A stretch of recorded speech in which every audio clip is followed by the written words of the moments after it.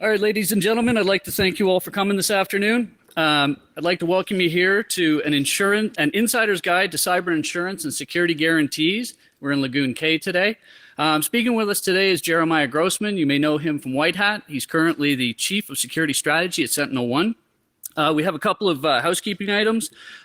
Today, stop by the Business Hall located in Bayside A and B. We'll also have the welcome reception tonight between 5:30 and 7. Black Hat Arsenal is on. It's the Palm Foyer on level 3. And join us for the Pony Awards in Mandalay B, C, and D tonight at 6:30. If everybody could put their cell phones on vibrate, it makes it easier for us to ignore it while you wait for your voicemail to pick up. So with that, I'd like to introduce Jeremiah Grossman.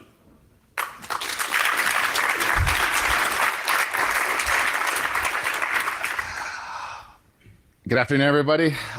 Jeremiah Grossman, and I think this might be my 17th Black Hat presentation, and I absolutely love this conference. I've been coming to Black Hat since 2000.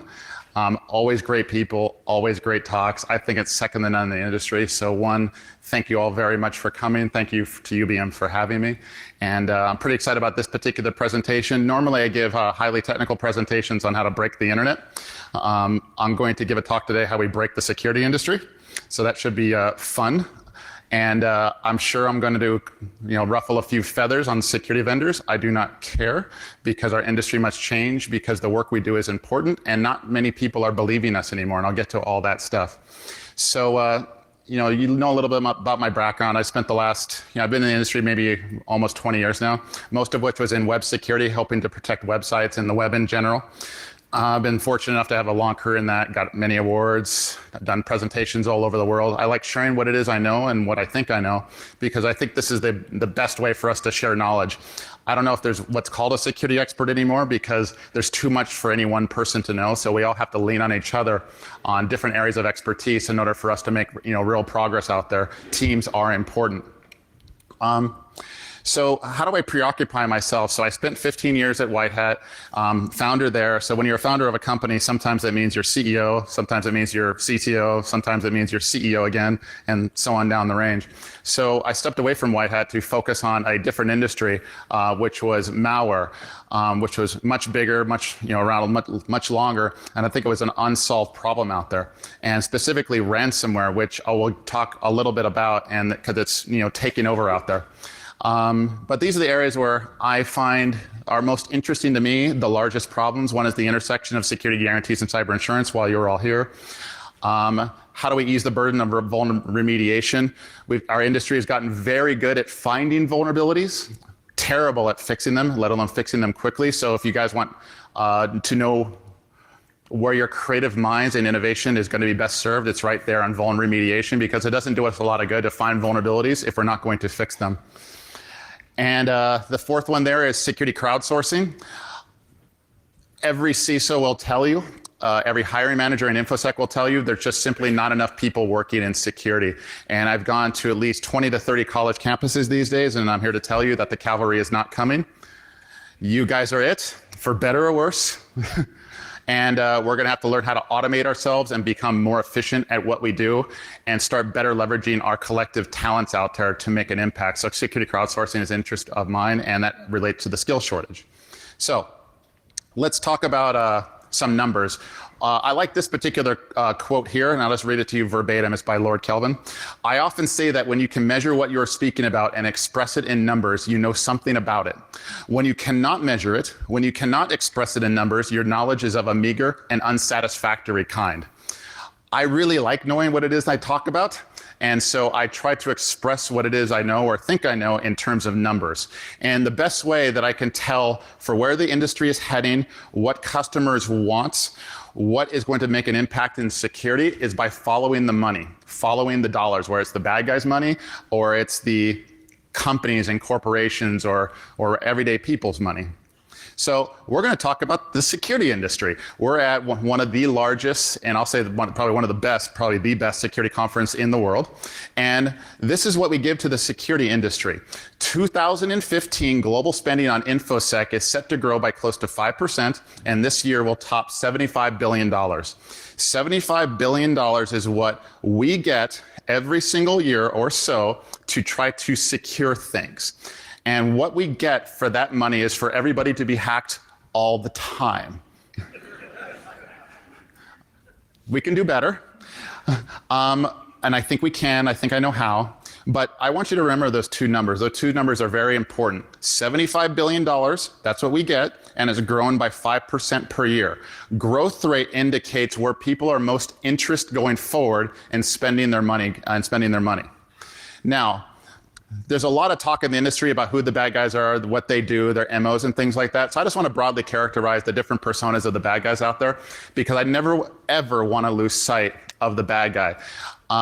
I used to work at Yahoo many, many years ago, and I know what it's like to get attacked every single day. I'm more or less a public figure out there, and I get attacked, more or less every single day. Those little password reset emails that you get when you change your password? All my social media accounts get those every single day.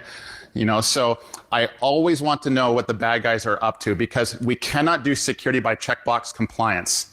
We have to know what the bad guys are up to in order to make a difference out there. So one is we got the hacktivists. You guys know these guys by names like Anonymous, Lulsec, and so on down the range. Though they weren't the first, they certainly won't be the last. These are the guys that hack us and laugh at us, which makes them not terribly dangerous as far as I'm concerned. They're the canaries in the coal mine. They hack for a political message. They're not interested in it for the money or the control or the power. They're kind of in it for their moment of fame or to get out a political message.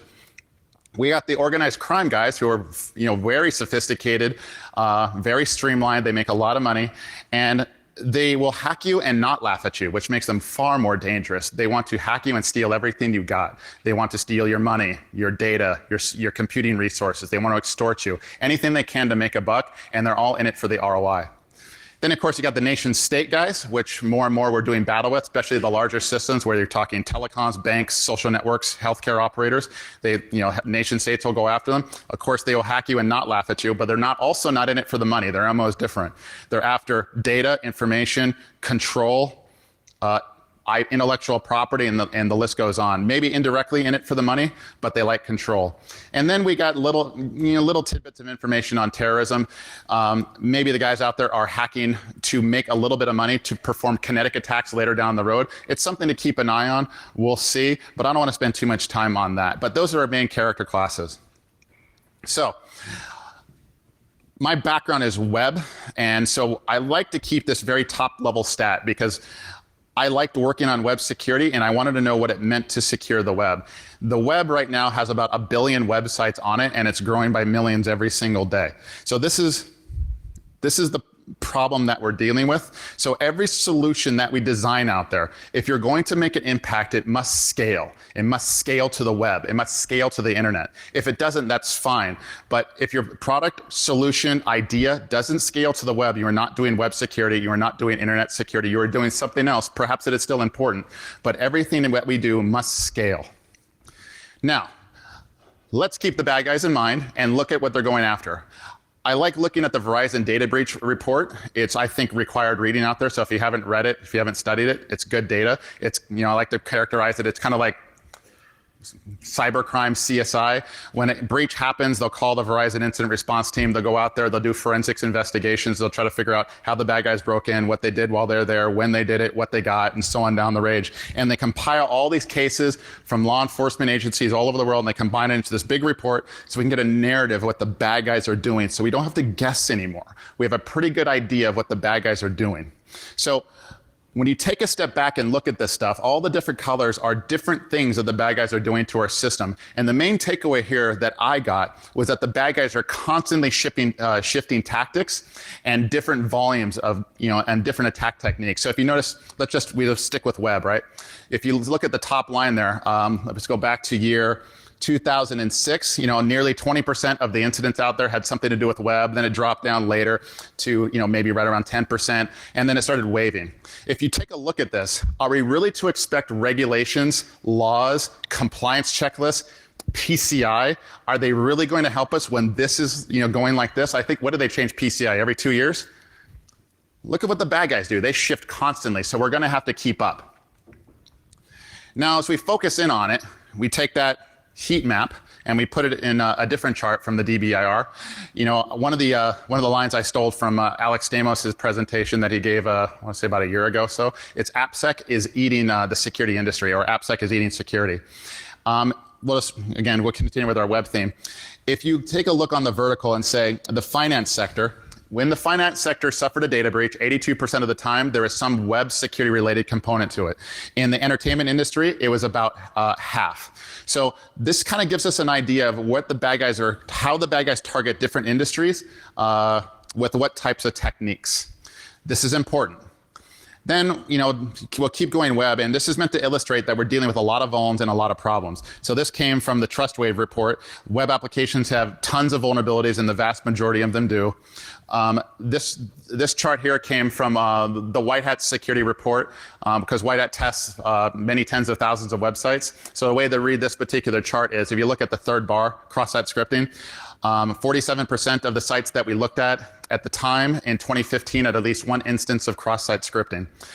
The one that I thought was pretty interesting, especially at the time, was Sql Injection. I know everybody here is familiar with the term Sql Injection. If the bad guys want data, that's how they use it.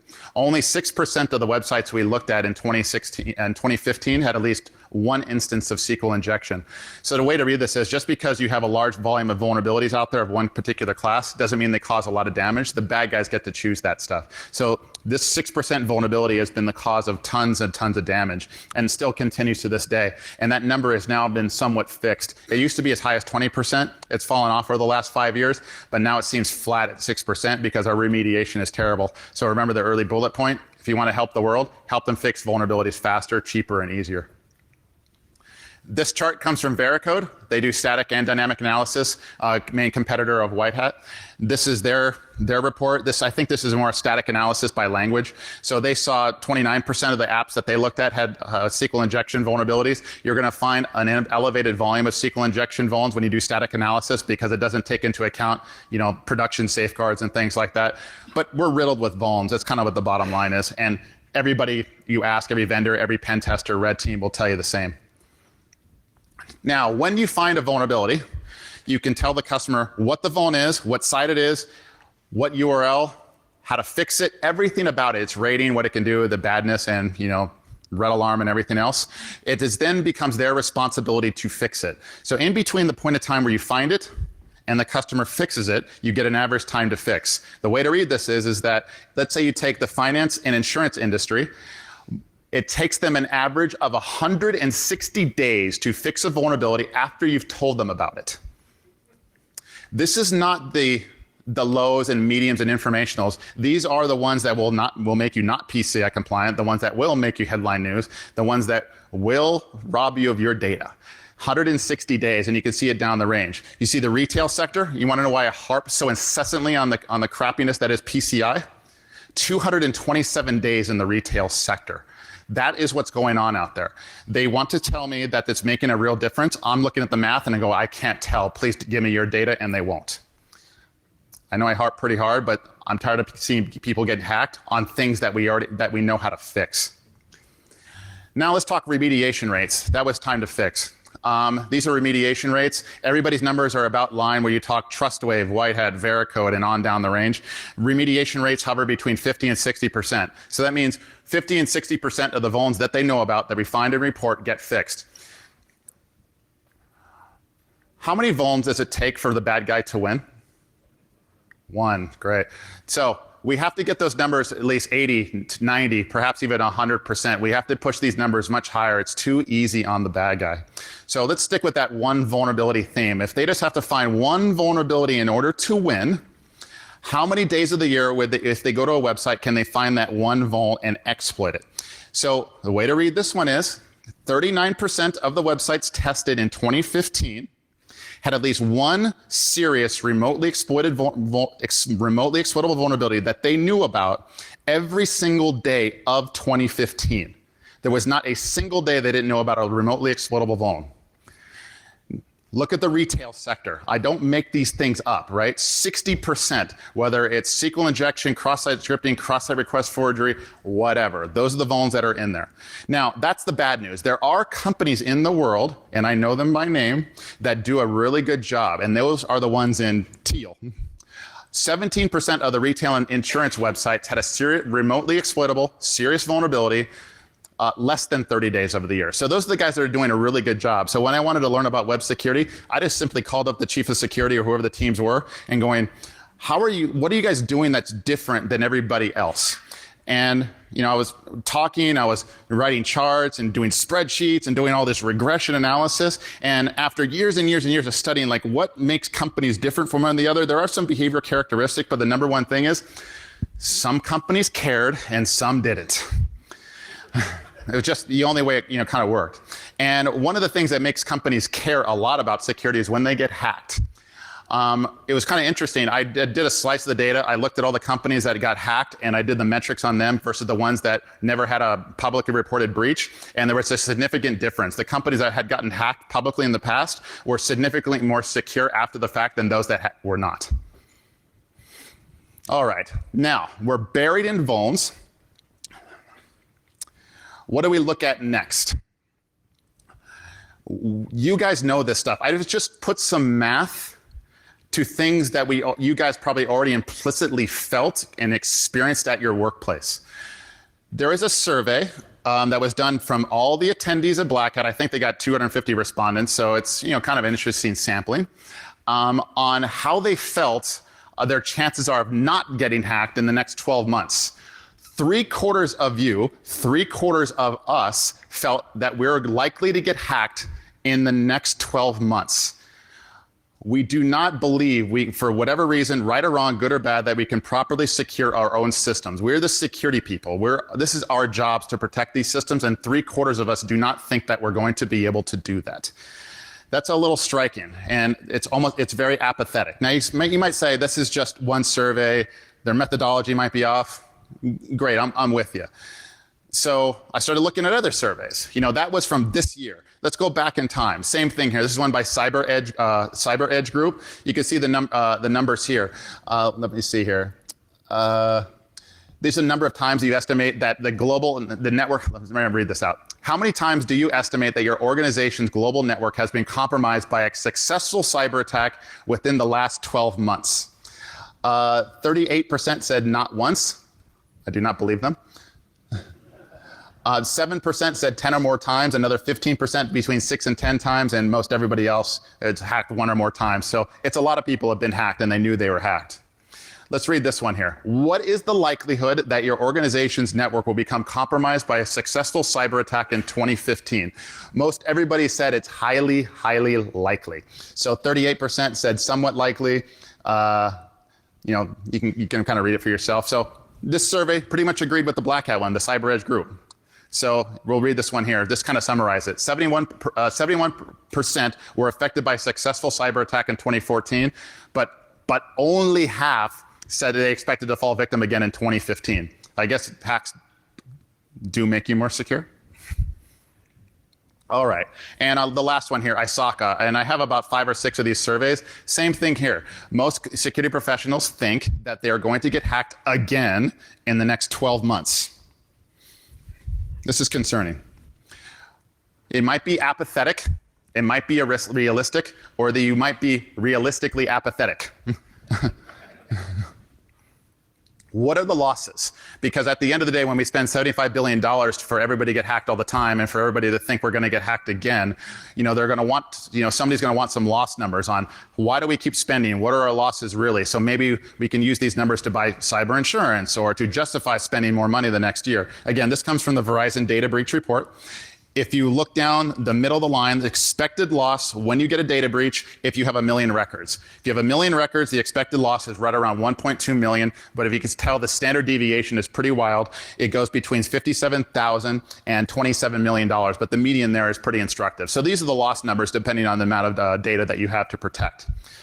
Now, what have we learned so far? The world is riddled with vulnerabilities. Most everybody thinks that they're going to get hacked, and the loss numbers are actually pretty high. What do you do then? If you're a security professional, if you're a CFO, business unit owner, what do you do under these conditions? You buy insurance. Somebody got it right. Somebody's paying attention. All right. All right. So I've been tracking the cyber security insurance industry for about 3 years now. And every single year it grows between 60 and 70%. Some estimates put it as high as 100%. And right now it is about a $3.5 to $4 billion business this year. It's pretty big. Some analysts or industry followers say the market for cyber insurance is going to grow to $7.5 billion by 2020. So it's a hyper growth industry, and we should all be paying very close attention to this one, because I think it's only a matter of time before InfoSec's masters change. We're not going to kowtow to PCI. We're actually going to be dictated to by the insurance industry, and that's going to change everything about what we do. So far, the largest barrier to growth, as they estimate, and I've talked to a lot of cyber insurance guys and different companies, and they say the largest barrier to growth is the lack of actuarial data about cyber attacks. But this is quickly changing with continued cyber assaults. What does this mean? It means that largely, it's not universally true, but largely in my experience, is that when you fill out your questionnaire to buy cybersecurity insurance, you fill out this big questionnaire. You'll say, I want $1 million in cyber insurance. The premium will be 1% or so of the covered amount, which means for $1 million of insurance policy, you'll pay about $10,000, depending on what the policy covers, and that's it. One might think that actuarial data at the insurance companies will adjust the premiums. You would be wrong, dead wrong. The only two variables that seem to matter are the industry of which you're in and the amount of data which you hold. There isn't great math yet that maps the security posture or the survey that you're filling out from the CISO's office to the adjustment of the premiums. No one's done the correlation yet. What's going on out there, I think, is the cyber insurance guys are going after a land grab. They're trying to get all the policies in, trying to get a whole bunch of customers. And when the breaches happen and the incident response comes in, they'll start doing the CSI game and start then figuring out what things you're doing, what AV you bought, what operating systems you have, how often you patch, how often you scan, and all sorts of things. And then they'll adjust the premiums on security posture. And guess what? They're going to be mathematically correct in a way InfoSec could never be. You can kind of follow this now. The insurers are going to say, if you want cyber insurance, you're going to do X, Y, and Z. And if you don't, we're going to spike your premiums. Who's buying this stuff? In the US, estimates put cyber insurance, as far as who's buying it, at about 1/3 of US companies. Might be a little higher, might be a little lower, but a lot of companies are buying this stuff, small, medium, and large organizations alike. There's a lot of skeptics out there in InfoSec that go like, yeah, but there's going to be fine print. They can't insure this stuff. They can't guarantee this stuff. So what happens when there's a breach? What happens when there's a claim? Are there payouts? The answer is yes, there are payouts. I'm going to go through a couple of them here so you can kind of get an idea of the upper end. Now, everybody here has heard of the Target breach and the massive losses there. That had a blast radius around the region that was pretty big. So Target estimated that their losses from their breach of 40 million payment cards was about $250 million. Their cyber insurer paid them back reportedly $90 million. Home Depot had a reported loss after their breach at $43 million. Their cyber insurer paid them back $15 million. So one more time, let's go through one more. Actually, let's stick with those two. Those two there signal two things. One is big companies are buying cyber insurance, breaches happen, insurance companies are paying off, and big companies are not buying enough insurance. That's kind of interesting. Anthem, another notable one that I found in a news story. Anthem has a $150 to $200 million policy. I found this after they had their breach, and I've been tracking right around 35 or so carriers, insurance companies that offer cybersecurity insurance, and it's pretty broad. Everybody from Liberty Mutual to Zurich to AIG and so on down the range. And I know there's actually some insurance carriers in the room here, and they're very interested in what we do. And so if you watch closely in the industry, you'll see a bunch of experts, leading experts, myself included, that are getting involved in cyber insurance and watching real closely. And the same is true in reverse. The insurance industry doesn't know a lot about InfoSec, but they're starting to learn. They're starting to come to our conferences now and learning what it is that we do, how to speak our language. And I'm going to start going to their conferences to try to speak their language, because we're going to have to bridge the gap, because there's a lot of data to be shared and a lot of things to be learned. So when you have a lot of insurance being bought and such large losses or claims being paid out, you can expect a surge in in premiums, and that's what's going on here. Average rates for retailers surged 32% in the first half of this year. That was 2015, after staying flat in 2014. And what's interesting about that particular quote is the cyber insurers are resistant, if not, it's hard to find any policies that go over $100 million. I have heard that in order to go over 100 million, because you got companies like Walmart and Apple and Microsoft that want very large cyber insurance policies, and they're starting to stack insurance. So they'll find an insurer that goes, we'll cover the first 50 million. Next guy will cover the next 100 million, so on down the range. And they'll start stacking insurance. In order to do that, you need to work with a broker that can package all this stuff together.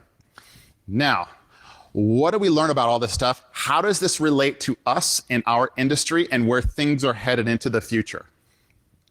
This chart here is not built to scale, just kind of looked like that way. So remember I asked you to remember those two numbers. The industry is at $75 billion annually. All the money that we spend on security products and services growing at 5%. If you do the math there, you get roughly $3.8 billion in new money going into InfoSec to buy more firewalls and antivirus and DLP and scanning and all kinds of that stuff.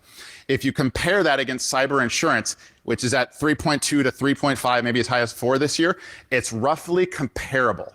Think about this for a moment. The business has $100 to spend. They are equally likely to buy insurance as they are to give it to us to prevent a hack. That's an indictment of our industry. They don't necessarily want to give us any more money to prevent hacks. They just rather insure the downside and be done with it. Anybody get heartburn over that, or is that just me? Okay. I'm going to show you this one more slide here, because I think this is a big reason for this, and I think of no better place to show off this slide than Black Hat and the show floor that I spend a few minutes walking. If you ever notice that everything in InfoSec is sold as is? As is. Like every sign out there might as well say all sales final, right? Like it's a going out of business sale or something. No guarantees, no warranties, no return policies on anything.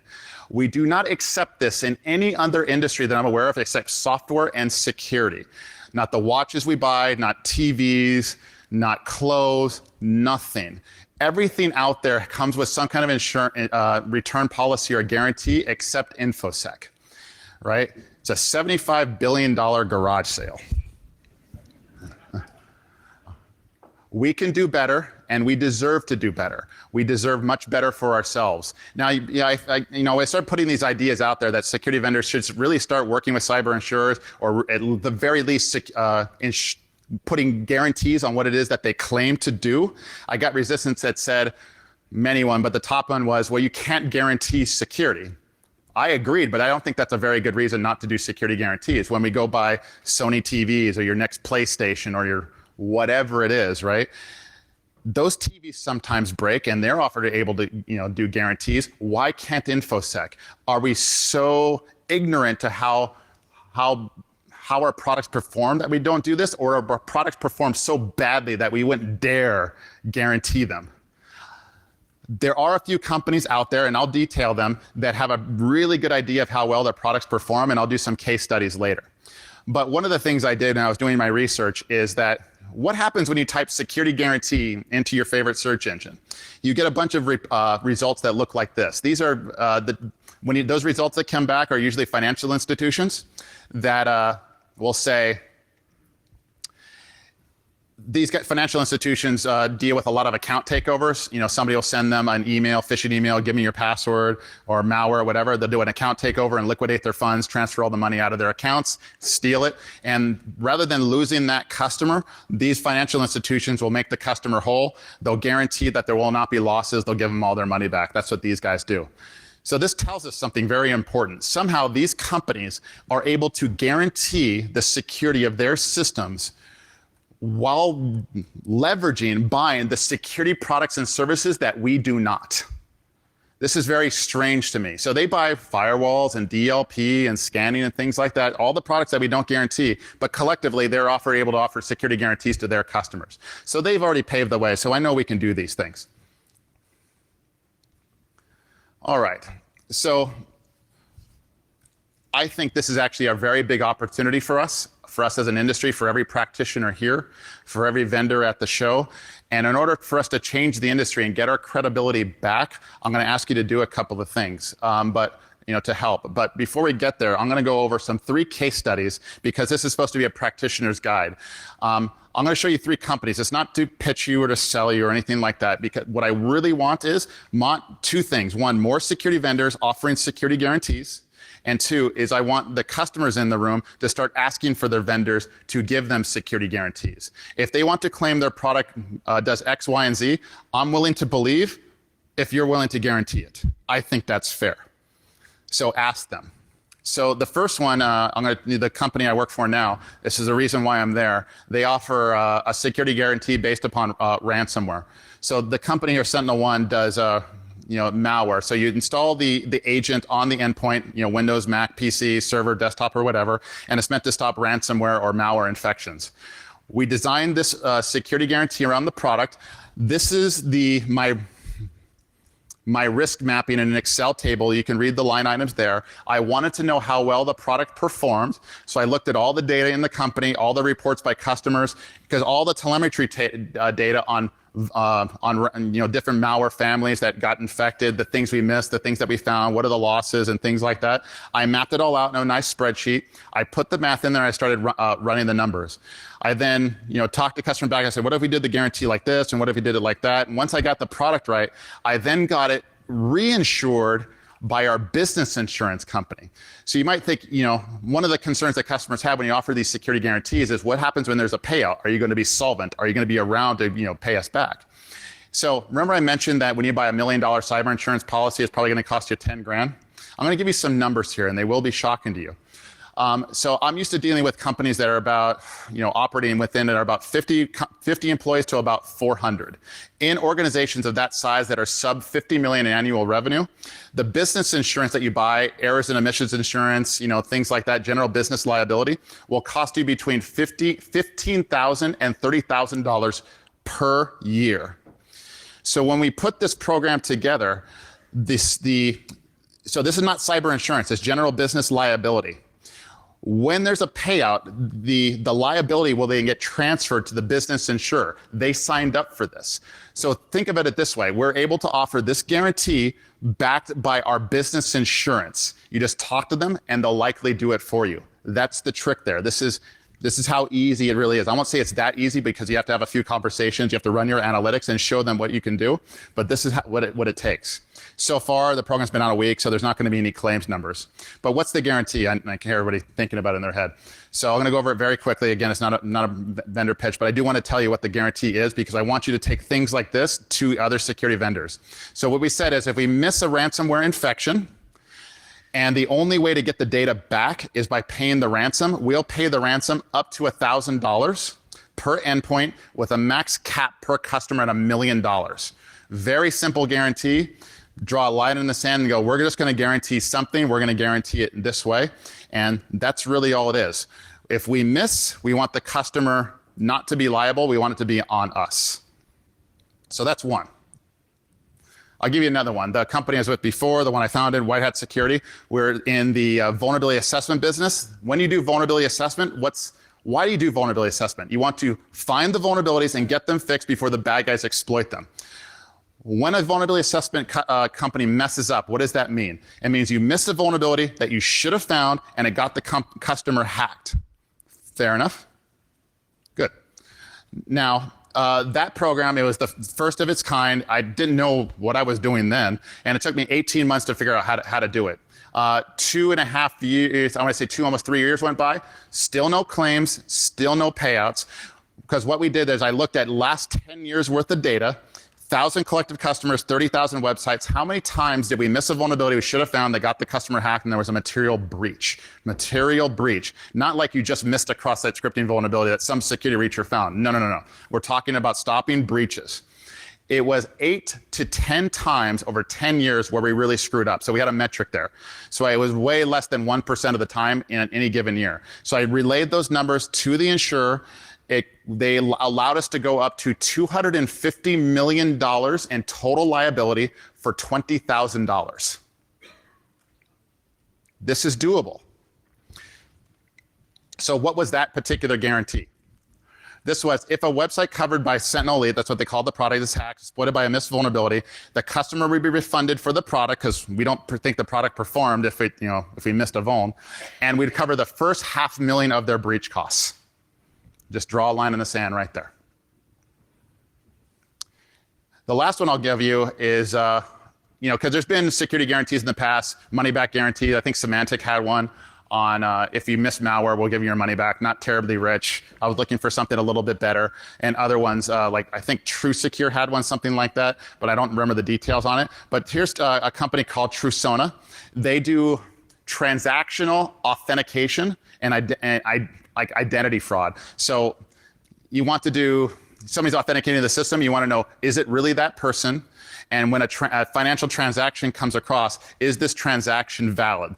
That's the problem that they solve. They have a hardware-software combination that verifies this. And if you notice here, I pulled this right off their PDFs. That's their claims as far as their performance metrics, what that they then took to their underwriter to price.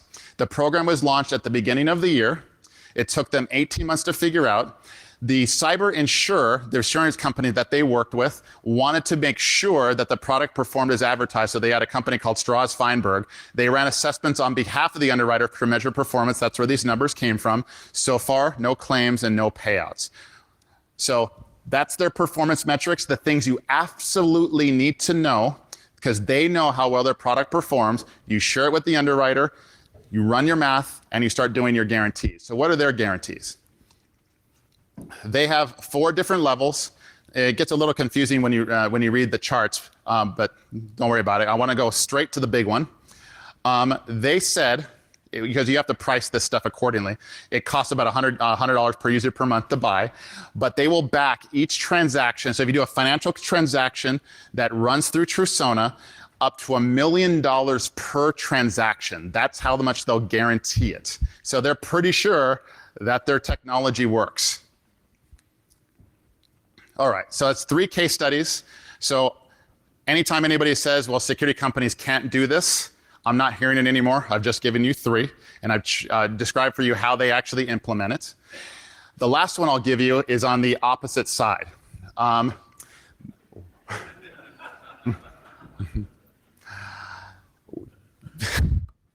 You can buy malware kits and ransom kits out there for a few tens of dollars, few hundreds of dollars, and the malware guys will guarantee that their products perform. If the bad guys can do it, I'm sure the good guys can too. At least they better do so. So we have that. Now, the last piece of the puzzle, the one I'm waiting to see coming, is what can only be described as a security FICO score. So when the insurers are going to price risk, they're going to price you and price your premiums, they're going to want a very simple score. So when you get when you want to apply for a financial loan, you get your FICO score right. Your credit rating is X, and therefore we'll give you a loan at this price for this percentage and this interest and things like that. We're going to need something like that at InfoSec, and there's probably at least 2 dozen companies trying out there. But one I'm going to be following very closely is one by Mudge. I just call him Mudge. That's how I knew him growing up. I'm going to read this one verbatim here. The Zatco's operation won't tell you if your software is literally incendiary, but it will give you a way to comparison shop a browser's applications and antivirus products according to how hardened they are against attack, and may also push software makers to improve their code to avoid a low score and remain competitive. This might be the first step to a software security FICO score that you can use when you buy products, partner with companies, and so on and so forth. Because what's killing us out there, if AppSec is eating security, is that these EULAs are destroying any notion of liability, and they have to go away. These EULAs will say no warranties, no liabilities, no returns, and all that kind of stuff. This can't be allowed to continue. So what this quote in the news article I thought was fascinating, but also humorous. No one is suggesting putting sloppy programmers to death, but holding software companies liable for defective programs and nullifying licensing clauses that have effectively disclaimed such liability may make sense given the increasing prevalence of online breaches. I wholeheartedly agree. Well, at least not putting the developers to death, right? Not so much. So that's where we are. We're going to see a lot of innovation in this particular space. How do we measure the performance of software and software security? Because we're going to have to start rating these things. Our world is driven and run on software. If there's any one thing that is true, we're going to have more software tomorrow than we had today. And how much time do we have? 5 minutes? Okay, so we're going to leave some time for questions. There's one more slide after this, but one of the things that I like to, I guess, grandstand on a little bit out there is that the work that we do is very, very important. We protect the web, we protect the internet, we protect endpoints. The work that we do impacts billions of people around the world. We got, CISOs from, Facebook and not so much Apple. I don't think they have a CISO yet, but, different security practitioners around the world. All of you, our job is protecting the data, payment data, personal secrets. I mean, we do everything on the web. We bank, we shop, we pay our bills. Our most intimate moments are shared online. We're more honest with Google than we are with anybody else in our lives, including ourselves, right? We want to protect this data, and it's very important that we do so.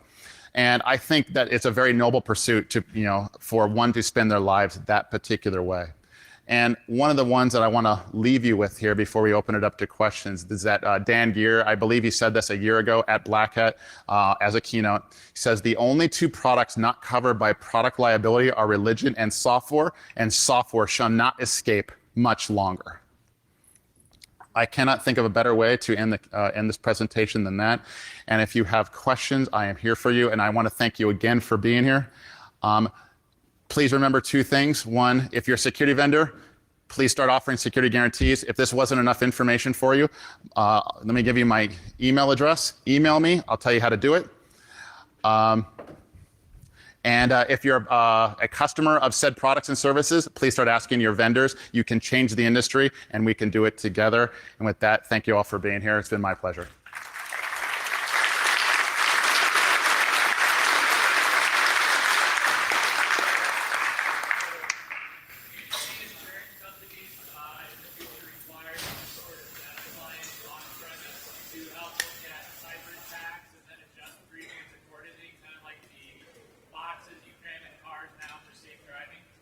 Yeah, I guess the question is, can you imagine cyber insurers having a black box in your network that tries to measure what you do to adjust premiums?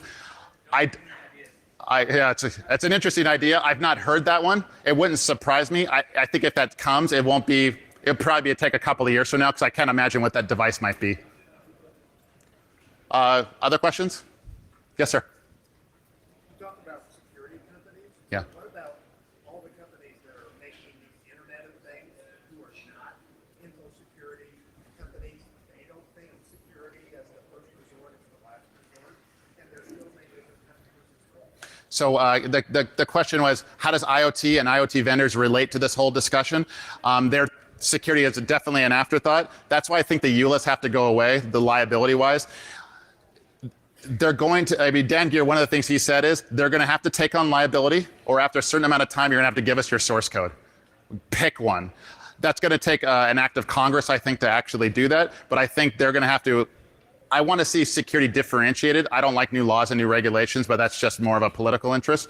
I can see either one actually happening, but I do think they represent an undue risk going forward. I don't know how we escape that yet. It's going to have to play out a little bit, unfortunately. Yes, sir.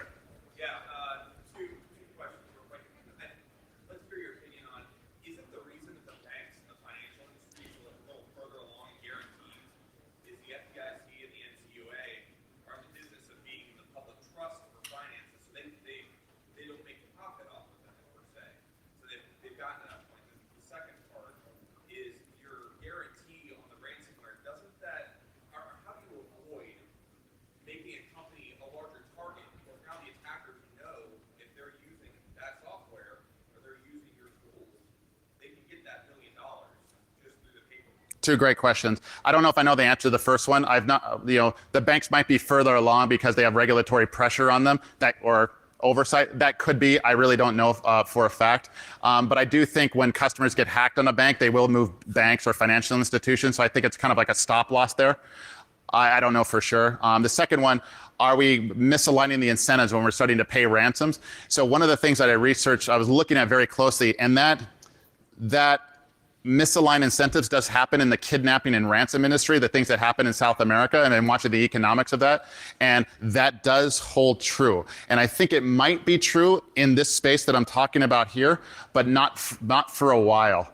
The bad guys are just kind of indiscriminate. We'll just mass blast everybody, and whoever pays, pays. But I could see later, as their jobs get harder, as it's harder to monetize ransomware, then they'll probably do target selection. But I don't think that's today, tomorrow, or it's not going to be for a while. But I could see that happening. We'll have to be very careful with it. And in those space, the K&R insurance guys do have a confidentiality clause that you cannot tell that your company has K&R insurance. Otherwise, the deal's off. Sure. Yes.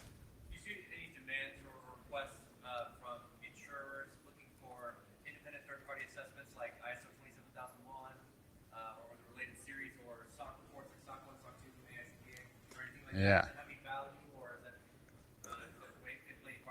Are the cyber insurers hiring independent auditors to look at the security of those that they're going to insure? Oh. For the reports that the insured may already have, or would they require them to undergo these types of engagements? Yeah, are they looking at the existing reports or making them do new ones? I think it's both, but I think it's also few and far between. And more, I know there's companies out there that do audits and do investigations after the fact. But one of the things I've learned is I've looked at probably 24 cyber insurance policies so far. And the one thing I like to say is when you've read one cyber insurance policy, you've read exactly one cyber insurance policy. They're all different. There's got to be standardization that's happened. So I don't know if that's happening a lot today. I think it will happen a lot tomorrow, so to speak, but not just yet, because no one really knows what to audit for. No one really knows what works yet. Does having antivirus really help? Does patching weekly versus monthly really help? Like, we think it does, but we really don't have math to back it up yet.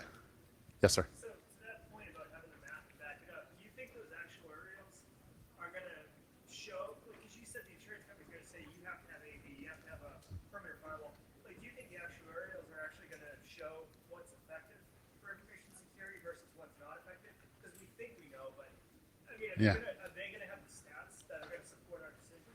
So the question is, are they going to be able to really suss out what in InfoSec works versus what doesn't work? Are we be able to get rid of the conventional wisdom? I think so, but I think it's going to take them some time to do so because they don't have live telemetry of the system at the time of breach. They had it like a year or 6 months ago. I think at the very least, I think if they're going to have a very big industry, let's say $50, $100 billion in 10 years, they're going to have to figure that out. But I think it's going to take some time to get there, and we're going to have to suffer a lot of hacks in the meantime. I think eventually it'll happen, but it's going to take time. One of the things I did at White Hat was I looked at customers as far as what they did in their AppSec programs, and I did a regression analysis over their vulns, and I did find some interesting findings. It wasn't like a smoking gun or anything, but I think it'll happen. It's going to take some time. 2 minutes, yes, sir.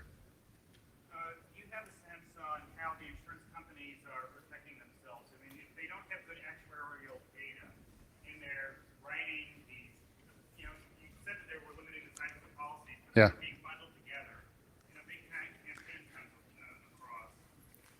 So 2 things happen. One is in cyber insurance that there are no black swan events. There's no earthquakes. There's no hurricanes that wipes out everybody in California, so to speak. So it's only one company at a time. So their losses are somewhat restricted. And they're operating in an industry that's hundreds and hundreds of billions of dollars. So if they have to suffer a few $100 million in losses, they can tolerate. And what I found is in a number of cases, when I was reading the incident reports and the payouts, I was like, why did the insurance company pay out on that one? It seemed like they didn't have to. They're in a land grab right now, as best I can tell. They're paying out on times where I don't think they should pay out to keep the customer happy to avoid a negative reputation. So I think the dollar figures that they're looking at here so far are so tiny to them that they're just going for it. And they're paying for their own actuarials later. Yes, sir. What's the relationship between application security versus the operational security in the relationship when they go evaluate companies? So what's the relationship between, let's say, AppSec and operational security relative to like pricing of premiums?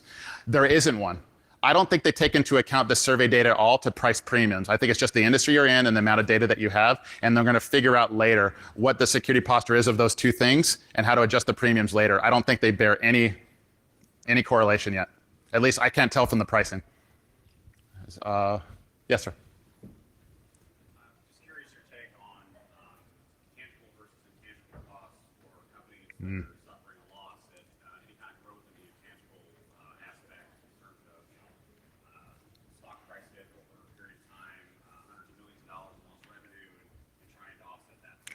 So the question is, let's say cyber insurance policies, are they covering the intangible or the intangible costs? Let's say brand damage versus cleanup efforts and fines and things like that? Yeah. From everything I've read so far, they're solely going after the hard costs, fines, legal fees, downtimes, and things like that. They're not covering brand damage and things like that. Best I can tell so far. Are we want one more question? Let me check. Is there one over here?